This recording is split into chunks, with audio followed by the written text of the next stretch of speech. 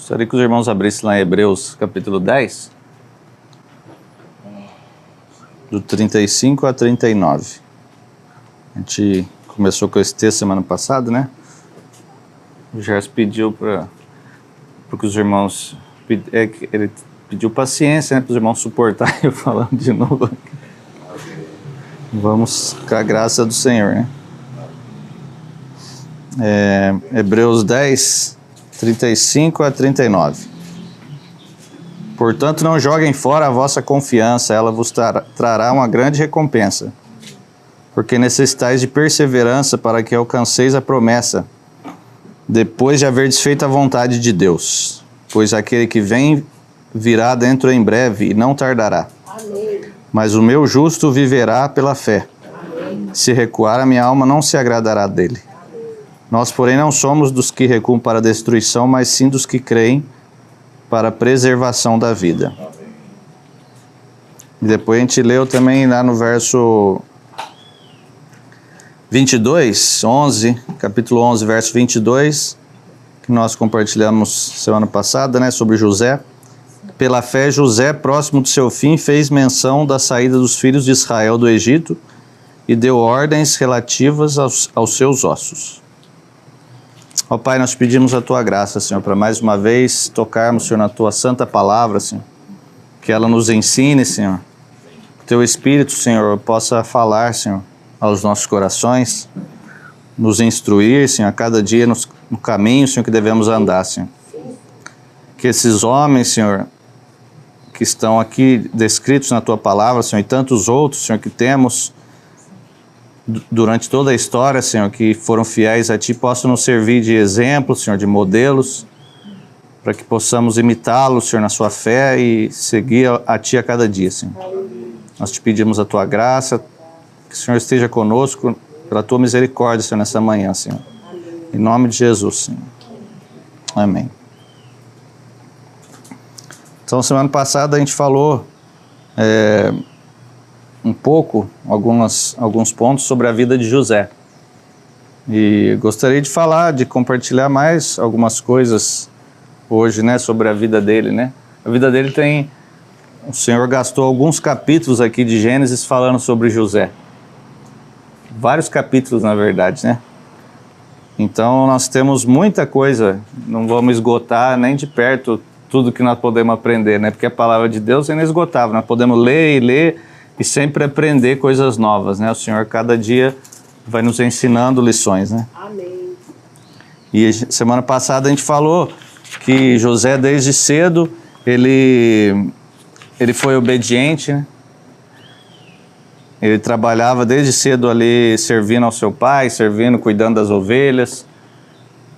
E desde cedo ele aprendeu a obediência, assim como o nosso Senhor, né? Aprendeu a obediência. Ele, desde muito cedo, ele foi tirado da sua família. Nós vemos ali seus irmãos com inveja dele, né? Porque pelo que seu pai o amava mais do que os seus irmãos. Então ele, logo cedo, ele foi tirado ali da convivência com a sua família, com seu pai, e foi levado para uma terra estranha. Mas mesmo ali, independente de onde ele estava, ele era fiel a Deus. Ele foi fiel ali junto na casa de Potifar. E em todo o tempo é interessante que o Senhor fala ali em Gênesis 39, no verso 2 e 3, que o Senhor, 39:2, fala que o Senhor estava com José e ele tornou-se próspero, depois que ele foi ali para a casa de Potifar, né? O Senhor estava com ele. Depois, quando ele estava ali na prisão, também o Senhor estava com ele. E o Senhor nunca o abandonou. E ele, por sua vez, também nunca abandonou o seu Senhor, né? Ele estava servindo a Deus onde o Senhor o colocava. Então ele pôde ser útil nas mãos do Senhor, né? Ele pôde ser um servo que o Senhor usou ele tremendamente. E como lemos aqui em Hebreus, esse trecho aqui do capítulo 10, fala que aqueles irmãos ali necessitavam de perseverança para alcançar a promessa. E assim também nós hoje, né? Assim como José ali na sua vida e tantos outros, uma das características da vida dele era que ele era perseverante. Que o perseverante é aquele que começa uma coisa e ele não vai parar no outro dia, né? Ele não vai desistir com facilidade, mas ele vai persistir e persistir. Se as coisas às vezes parece que dão errado, ele não vai desanimar por causa disso, ele vai continuar e vai perseverar. Então José, ele foi um homem desse, que foi perseverante.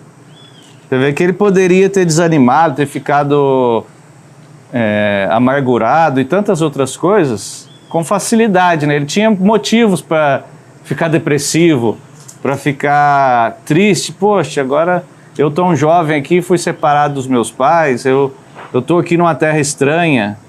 Talvez ele nem saberia no começo ali, não sei, não é falado, mas ele nem saberia às vezes falar a língua daquele povo, não sei.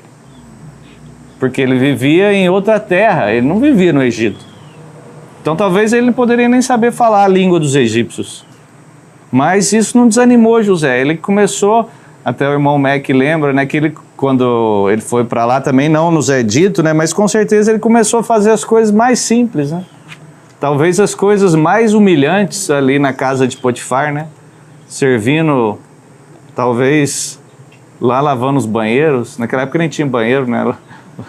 Lavando as latrinas e tirando os cocôs dos animais e tantas outras coisas que a gente fala, poxa, que coisa, talvez se a gente tivesse lá, a gente iria fazer isso com alegria, com perseverança,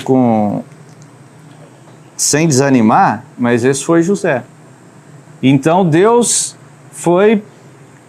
estava sempre com José e Deus prosperou o caminho dele. Ele foi perseverante em todo o tempo. Nós falamos que ele passou por muitos altos e baixos, né? Ele foi ali, na sua casa ele era o preferido, ele estava bem, estava tranquilo, né? E a obediência dele causou consequências na sua vida, né?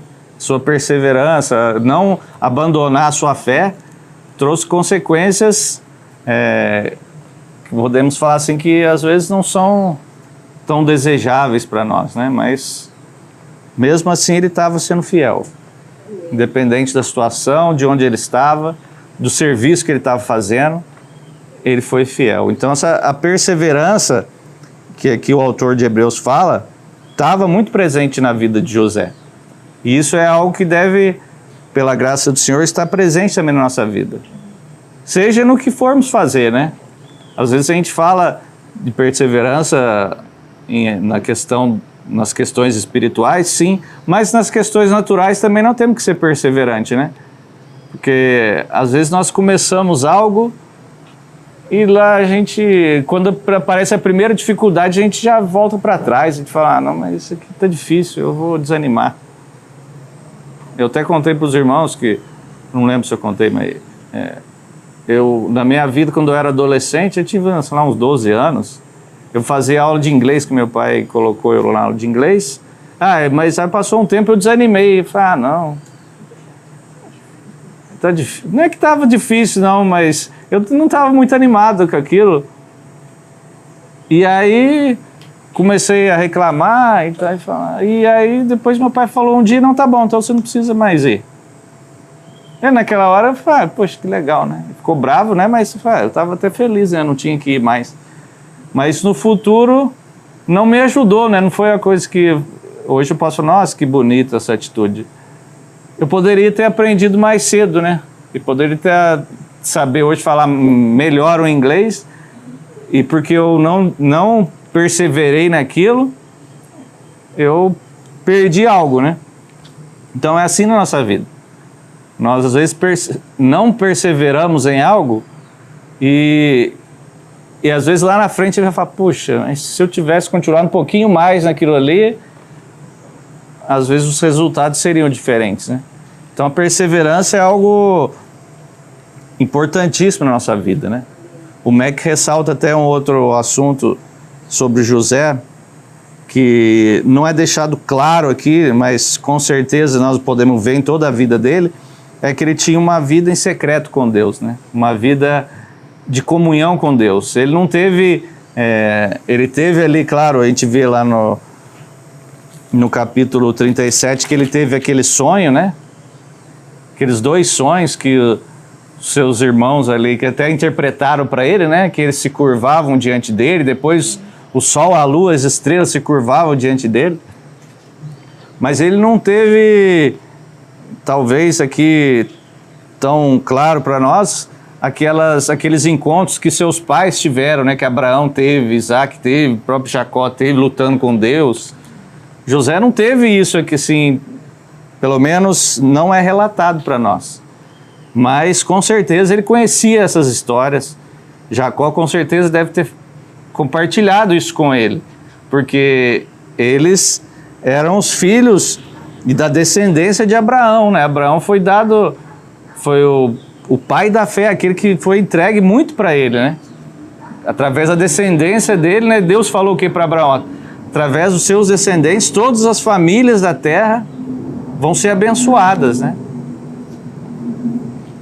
Então, Isaac e Jacó participaram dessa bênção de Abraão e dessa descendência. E Jacó com certeza falou isso para os seus filhos. Então, José com certeza era alguém que conhecia a Deus. Alguém que amava ao Senhor. Tanto que quando ele é vendido e ele está em outra terra estranha, quando ele está ali sendo tentado por aquela mulher na casa de Potifar, ele fala que ele não iria fazer aquilo e não pecaria contra Deus, né? Não é assim que ele fala? Como ele conhecia isso, né? Como ele sabia que isso era um pecado contra Deus, se não havia nem a lei ainda? Porque era alguém que andava com Deus, tinha sua consciência e sua mente em comunhão com Deus.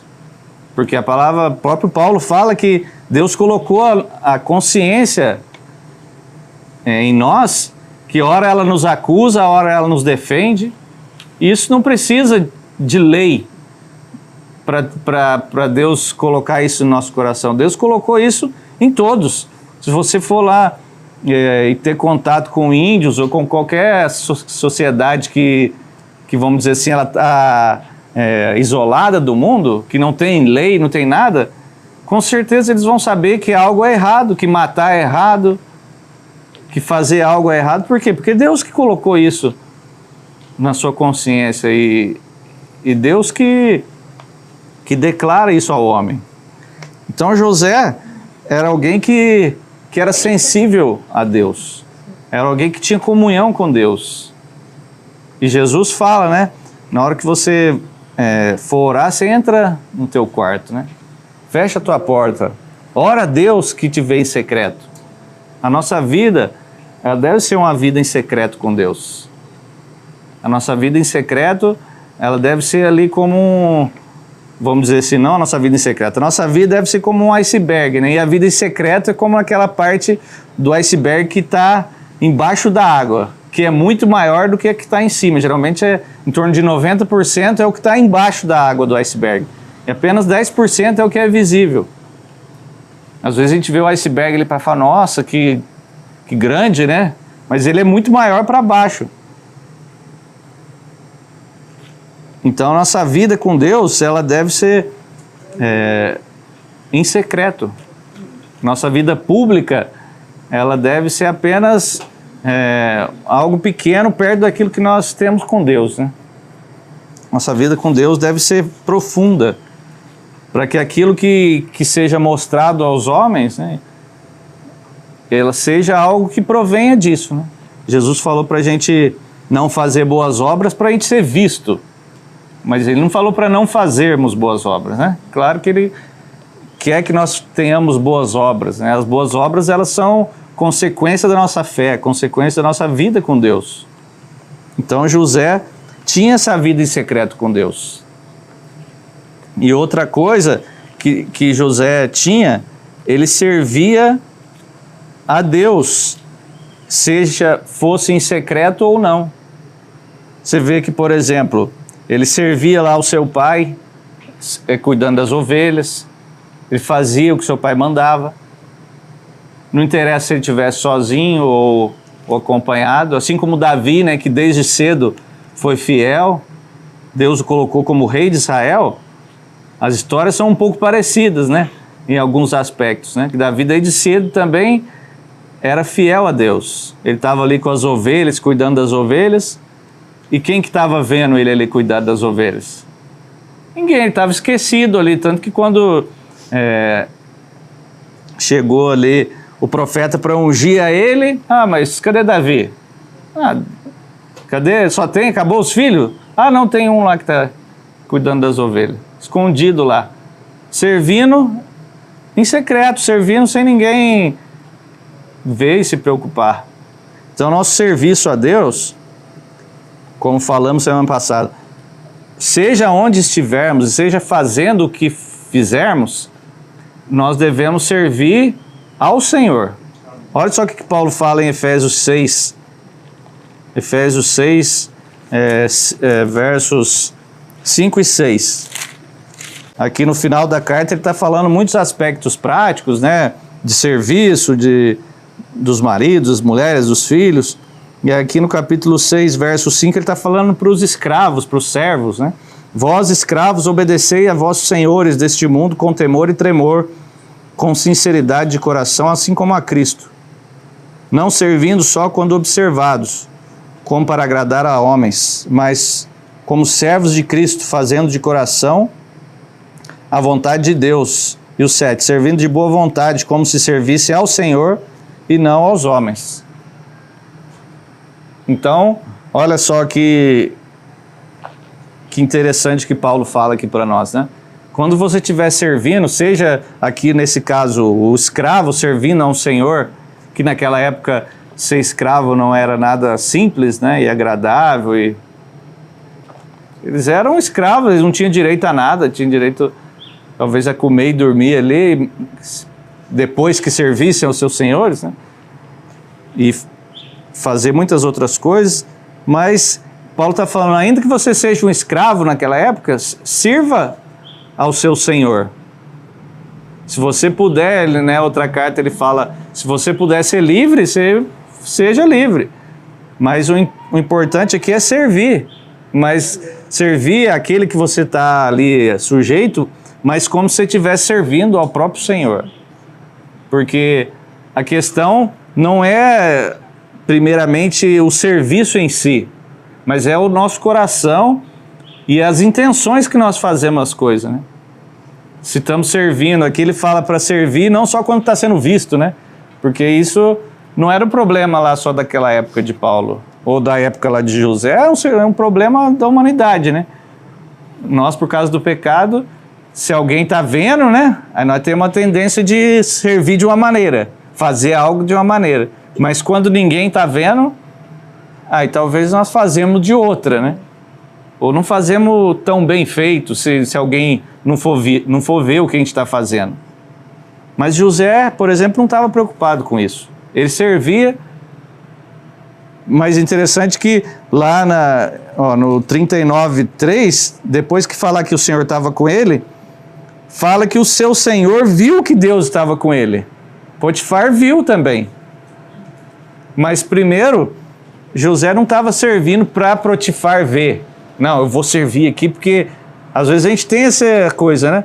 Não, eu vou fazer isso porque na hora que aquela pessoa me vê, ou eu posso, na hora que está ali perto do patrão, ele podia trabalhar um pouco melhor para, quem sabe, ele poder ganhar um aumento, né? Ou ganhar uma recompensa, subir de cargo. Não. Ele estava servindo a Deus, servindo ali o que era para fazer, ele estava fazendo. E aí Potifar viu que Deus estava com ele, que tinha algo diferente em José. E então ele traz José para mais responsabilidade, né? Então, e depois, por exemplo, quando eles estavam lá quando José está na prisão, verso 40, verso 8, e aqueles homens tiveram sonhos,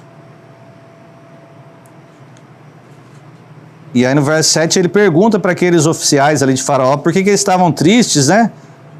E no 8 eles falam, nós tivemos um sonho e não há ninguém que interprete. Olha a situação, José estava preso junto com eles. E José não falou assim, puxa, que pena, né? Não, ele fala assim, as interpretações não pertencem a Deus, digo-vos que o conteis a mim. Então ele serviu ali aqueles homens com a sabedoria que Deus tinha dado a ele. Eles eram companheiros de prisão. O que ele ganharia com isso? Ele até depois pediu pro copeiro se lembrar dele, que se esqueceu, né?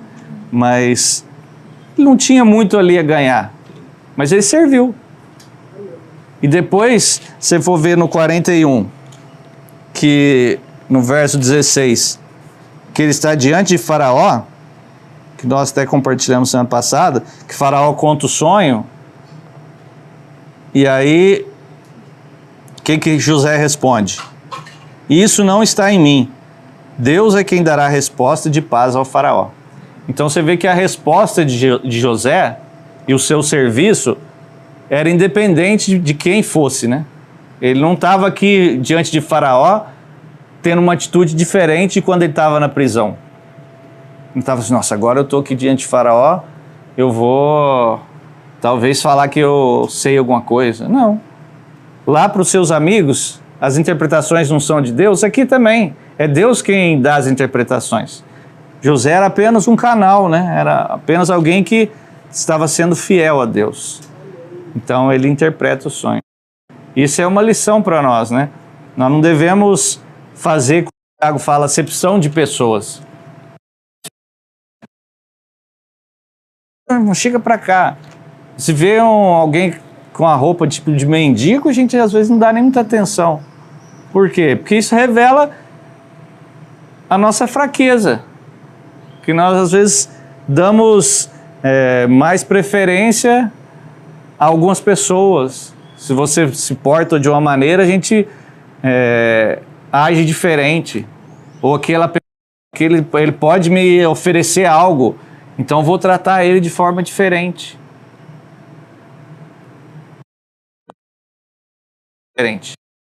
Ele trata a todos iguais. Ele não faz acepção. Não, esse aqui, ó, é melhor que aquele outro. Não, nós somos tudo do mesmo, farinha do mesmo saco, né? Somos pecadores do mesmo jeito. Não tem quem é mais pecador que o outro.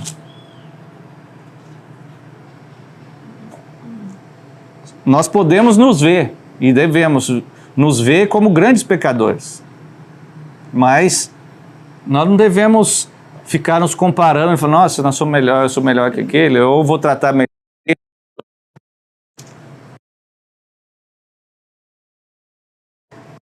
E não fazer acepção de pessoas, né? E servir, seja para quem for. Se não servir a Deus em secreto, servir aqueles que estão ao nosso redor, sejam eles pequenos ou grandes. Olha só, deixa eu pegar aqui no celular que eu tirei uma foto de um livro lá meu. Essa citação está no livro Os Fundamentos da Oração do Bounds. Aí no capítulo 2 aqui ele começa com uma citação do John Newton. Foi um grande homem de Deus. E ele escreve assim o seguinte, sobre a questão de serviço, né? Se 2 anjos recebessem ao mesmo tempo uma missão de Deus, um para descer e reinar sobre o maior império da terra, e outro para varrer as ruas da mais desprezível vila deste mesmo império, não faria nenhuma diferença para qualquer um deles, qual dos serviços executar, o posto de imperador ou o posto de varredor. Pois a alegria dos anjos repousa na obediência à vontade de Deus. E com a mesma alegria levantariam Lázaro dos trapos para o seio de Abraão, ou seriam um redemoinho para conduzir Elias à casa. Está vendo o que esse homem está falando?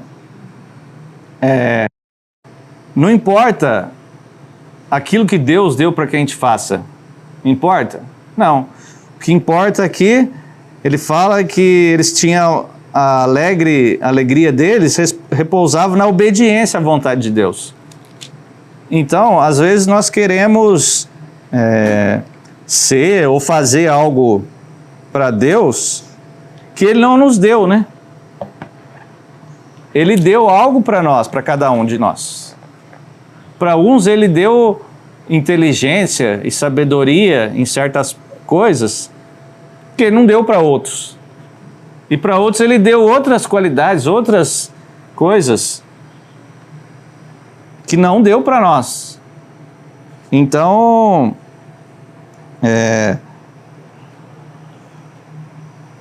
o Senhor, Ele dá para cada um de nós o que nós necessitamos. E nós devemos ser fiel àquilo que Ele deu para nós. Não é? Às vezes a gente fica com aquele negócio, Deus não me deu aquilo, né? Se Deus não me der aquele serviço, aí eu não vou ser tão feliz. Não importa isso. Importa é obedecermos e sermos fiéis a Deus aquilo que Ele deu para nós. Um outro aspecto interessante da vida de José, até o Mac comenta lá na mensagem dele, que José estava sempre sendo treinado, né? Ele estava em treinamento diante de Deus e diante das situações e tudo, para que depois ele pudesse atingir o posto de reinar, né?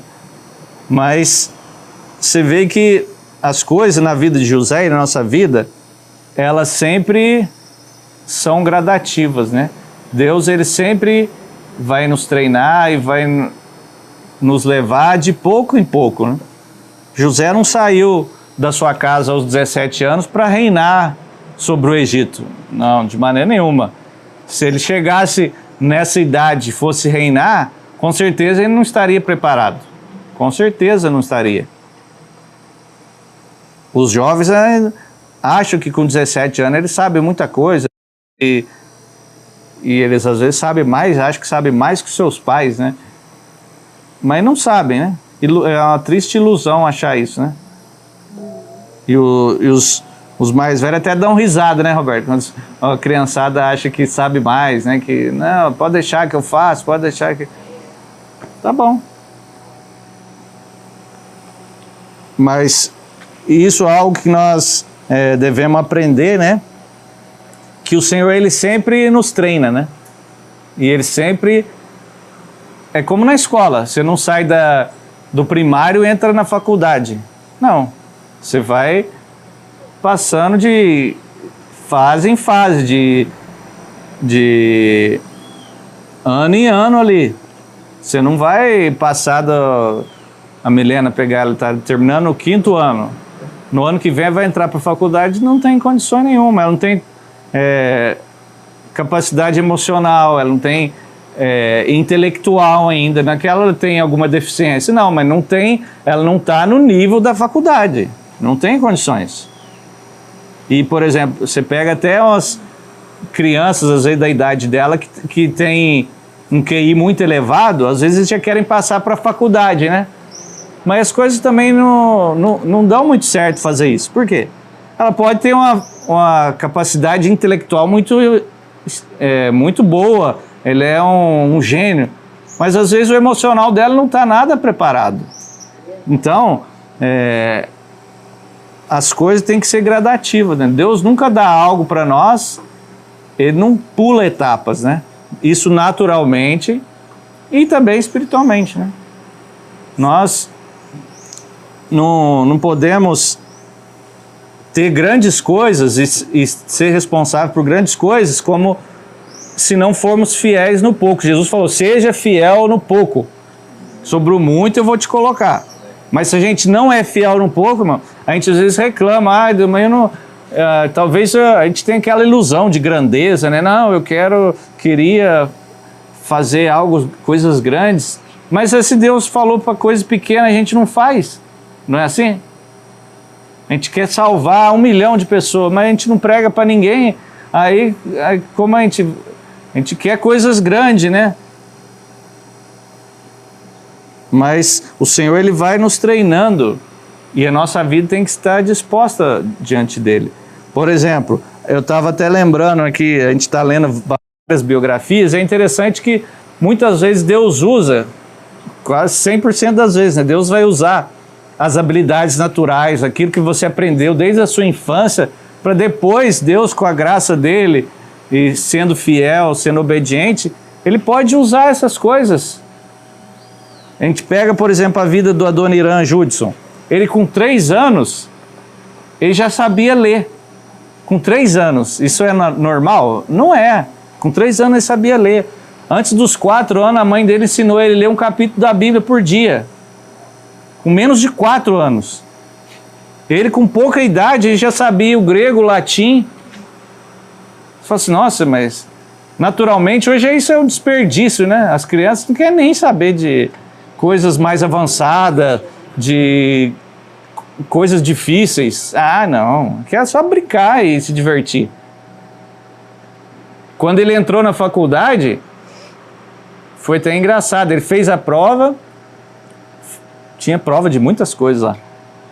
E aí foi lá olhar o nome dele, não estava lá. Ele ficou triste, não é possível, poxa, eu estudei tanto.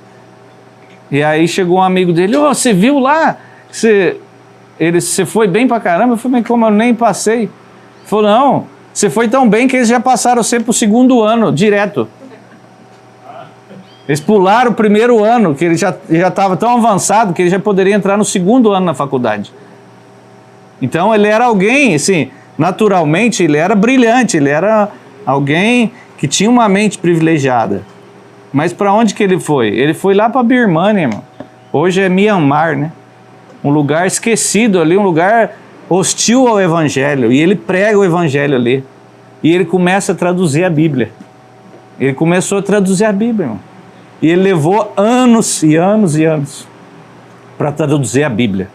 E ele traduz, pela graça do Senhor, até o final de sua vida, ele traduziu a Bíblia toda para o birmanês.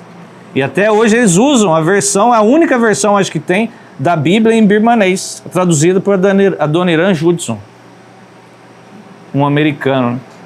Então, olha o que Deus fez com esse homem. Deus usou as habilidades naturais dele, porque ele sabia o grego, depois ele sabia o hebraico, ele traduzia a Bíblia, ele era tão fiel, ele traduzia a Bíblia direto do grego e do hebraico. Ele não traduzia a partir do inglês. Não. Poxa, isso é de louvor, né? Porque ele foi fiel. Deus trabalhou com ele. E no meio disso, ele não ficou a vida inteira só traduzindo a Bíblia. Ele foi perseguido, ele foi preso, ele pregou, muitos se converteram ali. Ele foi fiel a Deus, sofreu muito. Mas você vê que Deus, Ele sempre está nos treinando, né? Para que a gente avance, para que a gente possa alcançar coisas maiores, mas possamos ter paciência, humildade, né? Ser fiéis em todo o tempo. Eu estava lembrando aqui, eu até fui buscar a citação até a Mira esses tempos passou lá o áudio. Era áudio? Acho que era áudio, né, Mira? Da biografia da Isobel Kuhn. Era áudio, né? E tem um livro dela também, né? Uma biografia da Isobel. Ela foi ser missionária lá junto com seu marido lá na China. E uma coisa que ela aprendeu, uma coisa que a avó dela falava, era o seguinte, uma frase da avó dela. Então alguém que era uma mulher sábia, né? Ela falava assim, que uma vida nobre não é uma chama de súbita glória conquistada, mas apenas uma soma de dias em que um bom trabalho foi feito. Vou ler de novo, ó. Uma vida nobre não é uma chama de súbita glória conquistada, mas apenas uma soma de dias em que um bom trabalho foi feito. Não é assim, igual você brilha um dia e acabou, igual um cometa, né? Passou ali, acabou. Não. Mas a vida nobre é uma vida que todos os dias você fez um bom trabalho, você foi fiel, você foi obediente. E isso conta muito mais do que aquela coisa assim de vou fazer um trabalho aqui e está resolvido. Eu lembro de um irmão uma vez falou para mim, eu até dei risada. Falou, não, irmão, quando tem um encontro assim, nossa, irmão, me transforma, eu vou pro monte, eu oro, eu faço isso, eu faço aquilo, que é uma... Mas, poxa, mas é só quando for um encontro? Isso aí tá muito fraco, né? Aí é uma vida que... É isso que ele tá falando, será que é só uma vida só de encontro? Os cristãos vivem de encontro, vivem de conferência, vivem daquele ajuntamento, só no domingo nós vamos ser santos, só no domingo nós vamos orar e buscar a Deus e ler a palavra. Não, aí nós vamos ser muito fracos. O Senhor deseja que a gente persevere, que a gente seja fiel. É no pouco, é no dia a dia, na rotina, que às vezes a gente não dá tanto valor, né? Não, mas se não, poxa, hoje, segunda-feira, tem algo importante na segunda-feira? Tem, é ser obediente a Deus.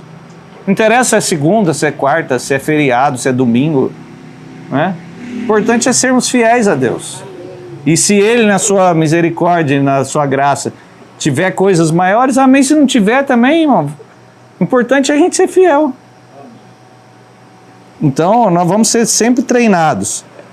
E, como falamos aqui, paciência. Quando José teve os seus sonhos, ele era muito jovem, né? E Deus usou ele para interpretar sonhos, vários sonhos. Mas o sonho dele mesmo parece que tinha ficado esquecido, né? Ele com 17 anos, ele teve aqueles sonhos ali. Não sei se foi com 17, é mais ou menos aquela idade. E ele conta ali. E os seus irmãos interpretam, né? Seus irmãos até interpretavam, sabia interpretar também, porque não era tão difícil aquele sonho de interpretar, mas interpretaram ali. Mas o sonho dele ficou meio que esquecido, né? Não. Ninguém deu bola, nem deu confiança para aquele sonho, brigaram com ele. Mas se for ver lá depois em Gênesis 42, verso 6, já tinham se passado 13 anos que ele estava no Egito, já tinham se passado 7 anos de fartura, pelo menos 20 anos. E aí, depois a gente vai ver que já tinha passado 2 anos, né? Que José depois fala, já passaram 5 anos, né? Ainda vão ter mais 5 anos de fome. Então, talvez já tinham passado 2 anos, 1 ou 2 anos ali, que os seus irmãos foram buscar mantimento, né? Também a gente não sabe quanto tempo que foi entre uma vinda e outra deles, né, para o Egito. Mas pelo menos 20 anos já tinham se passado, desde que ele teve os sonhos. Talvez já nem se lembrava, às vezes, talvez, né? Ou às vezes, de vez em quando, podia se lembrar dos sonhos. Mas aí, quando... 42, verso 6. José era o governador da terra. Era ele quem vendia a todo o povo da terra. E chegando os irmãos de José, o que eles fizeram? Prostraram-se diante dele com o rosto em terra. Então o sonho dele se cumprindo. Mas o coração dele, irmão, não mudou. Assim, não, agora eu sou o rei aqui e eu vou me vingar, como a gente falou, né? Eu vou me vingar, eu vou fazer isso, fazer aquilo, não. Ele tinha um coração puro. Ele perdoou os seus irmãos. Mas isso não deixou de se cumprir, né? A palavra do Senhor se cumpriu. Seus irmãos se prostram aqui. Olha no verso 9, ele se lembrou dos sonhos, talvez que estavam lá esquecidos. Ele se lembrou dos sonhos que havia tido a respeito deles. Se lembrou. Depois no 43, verso 26. 43, 26. Fala que quando José chegou em casa, trouxeram-lhe o presente. Isso aqui já foi da segunda vez, né, que eles voltaram para buscar mantimento, já tinham trazido Benjamim. E aí José leva eles para a casa dele para almoçarem com ele. E aí quando José chega em casa, seus irmãos trouxeram o presente que tinham consigo. E fizeram o quê? Inclinaram-se diante dele até o chão. Depois verso 28. Responderam, o teu servo, nosso pai, está bem, ainda vive. Então abaixaram a cabeça e inclinaram-se. Não foi uma vez não, olha ó, aqui já fizeram isso 3 vezes. Depois, no 44:14, Judá ali intercedendo pelo seu irmão Benjamim. Judá chegou com seus irmãos à casa de José, pois ele ainda estava lá, e eles se prostraram em terra diante dele. Até aqui, foi a 4ª vez e José não tinha se revelado ainda a eles. Então 4 vezes eles se prostraram. Depois José se revela a eles. Mas depois, lá no capítulo 50, verso 18, Jacó tinha acabado de morrer aqui, no capítulo anterior. Tinha morrido, tinha sido embalsamado, enterrado. E aí no 50, verso 18, no 16, eles falaram assim, ó,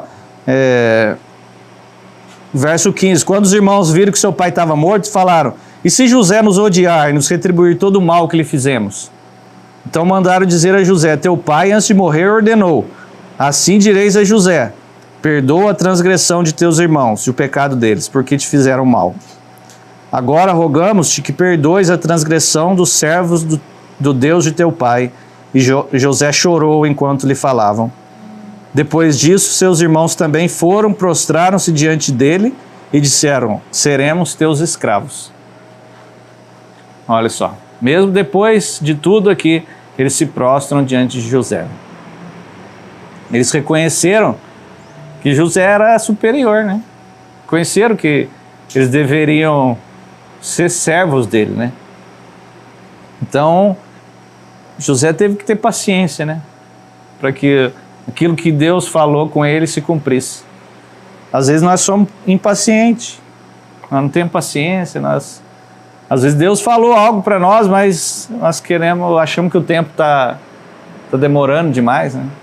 Como Abraão, Deus Deus falou que ia me dar um filho, mas será que eu com a minha mulher mesmo? A mulher dele falou, pega aqui a serva, quem sabe é só para você, né? E aí saiu toda aquela lambança. Veio Ismael e a gente sabe o que veio depois, né? O melhor é a gente esperar, né? Que a gente não faça como Saul, né? Samuel falou, Saul, espera aqui, 7 dias eu vou voltar. E aí a gente vai oferecer sacrifício. Aí já estava no 7º dia ali, já estava Samuel chegando, o povo apertando Saul, em vez de falar, gente, espera um pouco, Samuel falou que ia voltar, vamos esperar. Não, ele já foi afoito ali, ofereceu o sacrifício, e aí Samuel chega, o que você fez? Não, mas eu obedeci. E já estava aqui, quase que falando, não, eu estou certo, eu estava só adiantando as coisas aqui, né? Não, mas as coisas com Deus não é assim, não são assim. Deus falou, espera, tem que esperar. Quanto tempo? Às vezes Deus fala, espera tanto tempo, mas às vezes não. Vai esperar. Esse é a pior espera, né? Quando Deus fala, você vai te esperar, vai acontecer isso aí. Mas quanto tempo? Não sei. Então espera. Mas está demorando muito. Você já morreu? Né? Não, então espera mais um pouco, né? Espera mais um pouquinho. A gente é muito impaciente. Nós vivemos hoje no meio da geração fast food, né? A gente chega com o carro ali nos fast food e já pede o lanche e daqui 2 minutos tem que estar pronto, né? Se bobear, a pessoa vai brigar se está demorando muito. Mas se for fazer algo bem feito, não é 2 minutos que fica pronto, né? Você vai comer num restaurante, se for uma comida bem feita, bem elaborada, chega lá num restaurante que é à la carte e fala que você quer 10 minutos a comida para ver se... Não vai, não. Você fala, não, então vai lá no McDonald's ali, vai no outro restaurante, que aqui você tem que esperar, né? Ainda que eles tenham ali mais ou menos algumas coisas preparadas, mas vai demorar. E as coisas com Deus é assim também. Não interessa se era no tempo de José, no tempo de Paulo, ou no nosso tempo. Deus nunca mudou, irmãos. O nosso tempo mudou, mas Deus não. As pessoas querem ter comunhão com Deus, querem viver e ser ser úteis a Deus, agindo como essa geração age, né? Aí eu leio 5 minutos a Bíblia e já tá tudo certo, eu vou pregar. Não é assim, irmãos. As coisas têm que ter tempo. Nossa vida tem que ser cultivada com Deus, né? É uma vida com Deus. Então temos que ter paciência. Depois, Isaías 55, verso 9, fala que Deus, ele tem pensamentos e caminhos mais altos, né? Muito mais altos. Citando agora aqui um outro ponto aqui para a gente ir terminando. Que Gênesis 45, quando José se revela a seus irmãos, olha o que ele fala. Gênesis 45, do 4 ao 7. José disse mais a seus irmãos: aproximai-vos. E eles se aproximaram.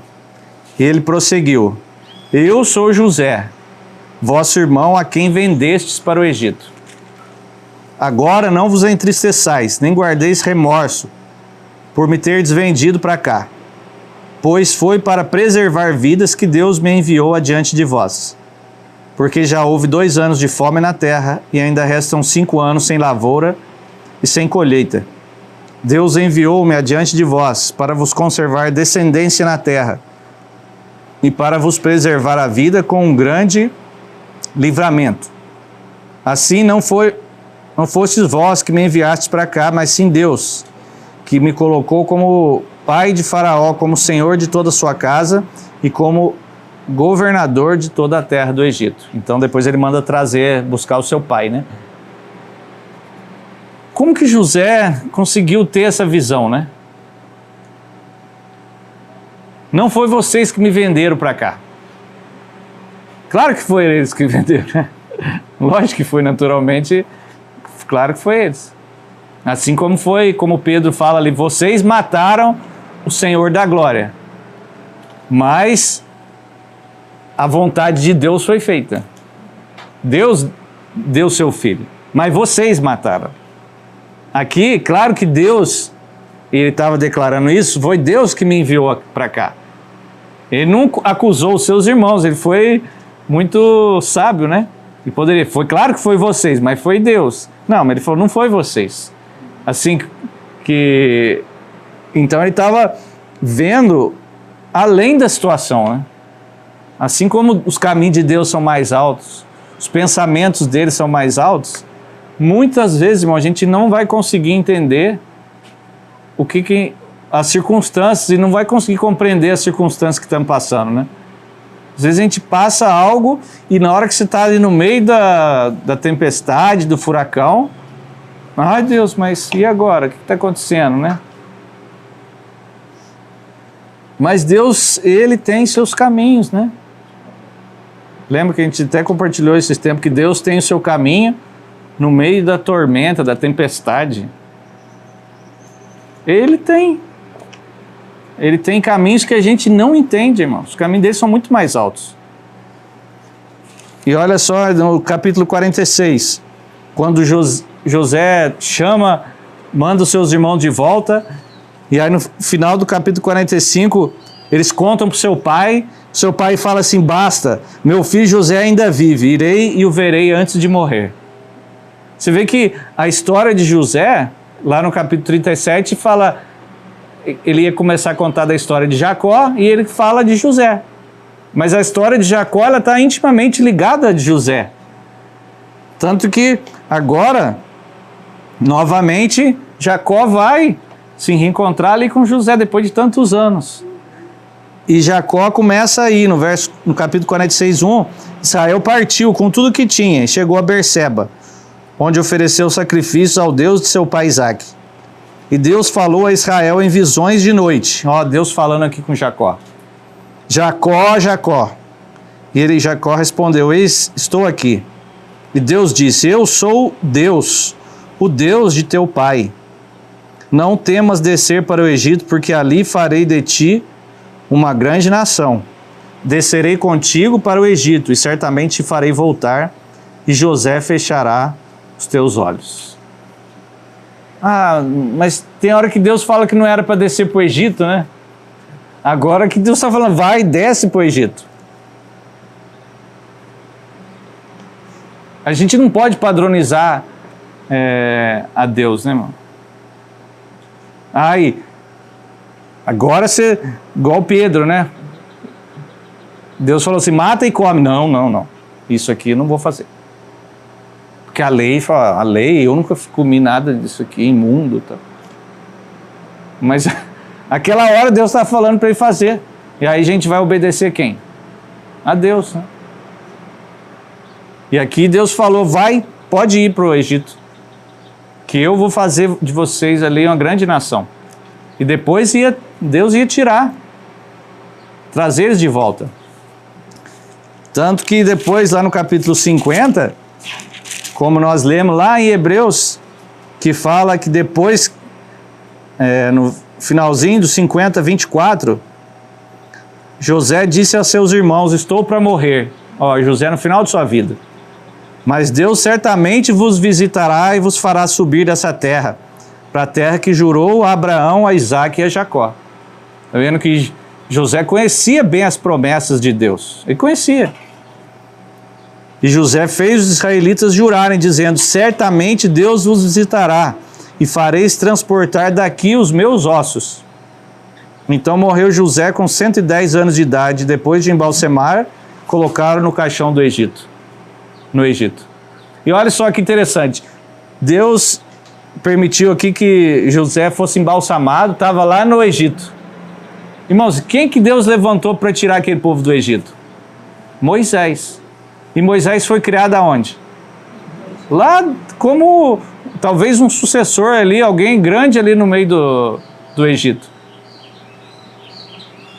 Quem será que saberia dizer onde que estava José enterrado? Talvez Moisés soubesse, né? Aonde que eram os túmulos dos faraós.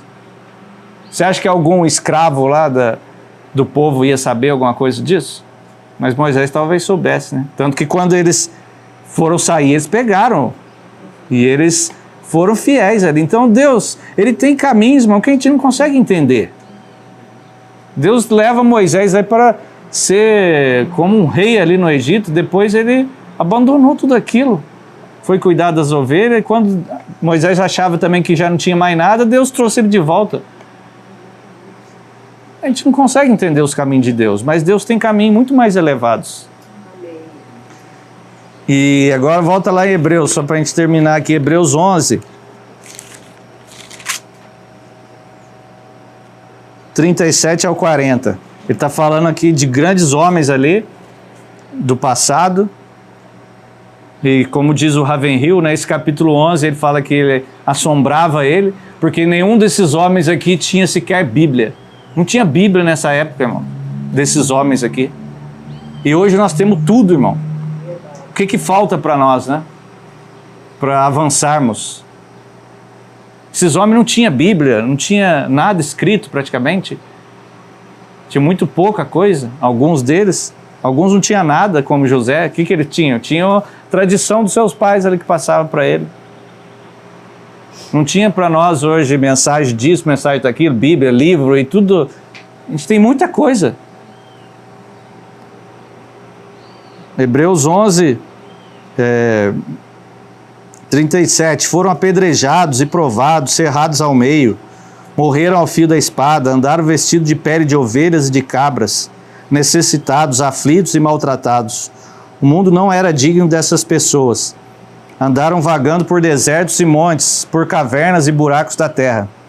E todos eles, embora recebendo bom testemunho da fé, não obtiveram a promessa, visto que Deus havia providenciado algo melhor a nosso respeito para que sem nós eles não fossem aperfeiçoados.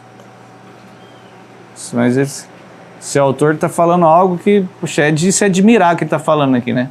Aqueles homens, José está no meio, Abraão, Isaque, Jacó, Moisés, tantos outros aqui, tantos outros que já passaram pela história da igreja, não obtiveram a promessa. Puxa, eles obtiveram, claro, algumas promessas, mas a promessa e as grandes promessas de Deus E aquilo, o melhor que Deus tem, eles ainda não têm, irmãos. Ainda não, estão aguardando. Eles estão esperando, porque Jesus ainda não voltou. Jesus ainda não é rei sobre tudo. Não é, ainda não. Ele é rei nos céus, mas nessa terra ele ainda não é. O príncipe deste mundo ainda está governando aqui ainda. E aqueles homens ainda não obtiveram a promessa. Mas está falando aqui que sem nós, eles não vão ser aperfeiçoados. Será que não tem um peso diante de nós, irmão? Nós estamos agora nos fins dos tempos. Nós temos que depender de Deus, nós temos que conhecer a Deus. Que nós vamos herdar as promessas junto com esses homens. Aqueles que são da fé, como diz Paulo, são descendência de Abraão. Não é apenas aqueles não é os filhos naturais, não, que são os filhos de Abraão. São filhos da fé, os filhos espirituais.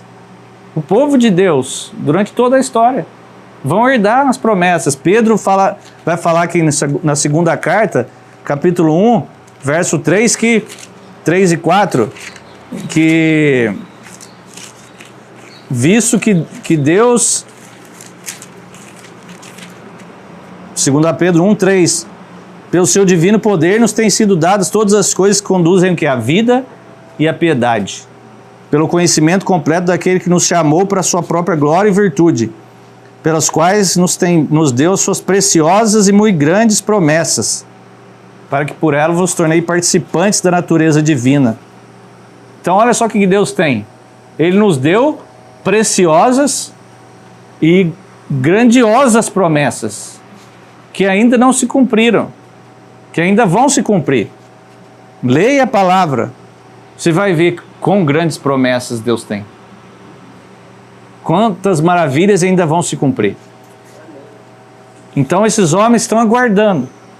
E agora, Hebreus 12, o que o autor fala? Verso 1. Nós estamos rodeados de tão grande nuvem de testemunhas. O que nós devemos fazer? Depois de eliminar tudo que nos impede de prosseguir e o pecado que nos assedia, ele fala para nos desembaraçar, né? De tudo que está nos atrapalhando. Nós corramos com perseverança a carreira ou a corrida que nos está proposta, olhando fixamente para Jesus, o qual, por causa da alegria que estava proposta a ele, suportou a cruz, não fazendo caso da vergonha que sofreu e está sentado à direita do trono de Deus. Então esses homens, pela graça e pela fé, eles viram algo além das circunstâncias, das situações, e pela graça do Senhor nós possamos ver também, né? Aquilo que está proposto, as promessas de Deus. José, ele foi um governador naquela terra, não foi? Interessante que lá depois, no final ali, quando ele está governando, fala que durante aquele tempo de fome, o dinheiro deles, eles pagaram pela comida. Ele estava guardando dinheiro ali. Aí quando acabou o dinheiro, vocês lembram? O que as pessoas falaram? A gente acabou o dinheiro, José. O que a gente vai fazer agora? Vocês têm bens? Vocês têm gado? Tá, então dá aqui seus gado que eu vou dar comida para vocês. Chegaram no outro ano, mas José, agora a gente não tem mais nada. O que a gente vai fazer? Nós estamos aqui, nos dá semente. E José deu semente e eles ficaram escravos de Faraó. Mas José estava adquirindo tudo isso para ele? Não, ele estava sendo fiel só. Ainda fala que ele instituiu o imposto ali de 20%. Tá vendo que ele era um homem justo? O imposto dele ainda era menor que os nossos, né? Era 20% só. Tava bom, né, Roberto? Se fosse só isso, né? Sobretudo 20%, e o resto eles poderiam ficar e prosperar, e talvez semear, e talvez, quem sabe, lá na frente comprar novamente suas terras, né? Não sei. Mas José reinou ali. E esse era o fim da vida terrena, sim. Mas quando Jesus voltar, Será que José vai reinar com ele? Claro, irmão. Claro. José creio que vai ser um dos grandes ali no reino de Jesus. Claro. Ele foi treinado, ele foi preparado. Enquanto ele estava aqui, ele foi fiel. Será que ele não merece? Claro, ele foi fiel. Jesus não é injusto. Você foi fiel aqui a vida toda. Lá você não vai receber nada. Não tem isso, não. Lá você vai receber ainda a recompensa, ainda que nós não merecemos. Porque ele fez tudo por nós, né? Ele deu a sua vida. Ele deu perdão. Ele nos capacita a servir. E ainda nós vamos receber galardão. Isso é muita graça, irmãos. É muita graça. Então, pela graça do Senhor que a gente consiga ver pela fé, né? O que nos espera ainda. Que ainda que a gente sofra, passe dificuldade, luta, tribulação, aqui não é o fim, irmãos. Abraão viu a cidade que tinha fundamento. Será que era Canaã ali, Jerusalém da terra? Não. Era a que vai vir ainda. Eles viram. Jacó, no final, ali quando ele estava falando as bênçãos para os seus filhos, antes de morrer, ele fala de Judá virá o rei, e depois dele vai vir aquele a quem ele pertence de direito. Então, onde que Jacó tirou isso? Era um homem que andava com Deus também, que aprendeu a andar com Deus. E estava profetizando sobre Jesus, sobre os reis que viriam de Judá, sobre Jesus, que depois governaria. E José ali, nas bênçãos de Jacó, ele foi o mais abençoado, né? Ele recebeu muitas bênçãos ali do seu pai. Ao contrário de Rúben, de Simeão e Levi, que foram duramente... Jacó falou palavras duras ali para eles. Por quê? Porque eles fizeram coisas que não eram dignas de receber elogios, né? Que o Senhor nos ajude, né? O Senhor abra o nosso entendimento para que a gente olhe para frente, né? Não só para as coisas aqui dessa terra, né? Mas que o que a gente fizer aqui vai ter repercussão lá na eternidade, né? Que possamos ser fiéis, né? Hoje ao Senhor, né? Amém. Ó, Pai, nós te agradecemos pela tua bondade, Senhor. Te agradecemos por esses homens, Senhor, que foram fiéis a ti, Senhor, e nos inspiram, Senhor, a avançar e a seguir ao Senhor. Nos ajude, Senhor, no tempo que ainda nos resta aqui, a sermos fiéis a ti, Pai, no nome de Jesus. Amém.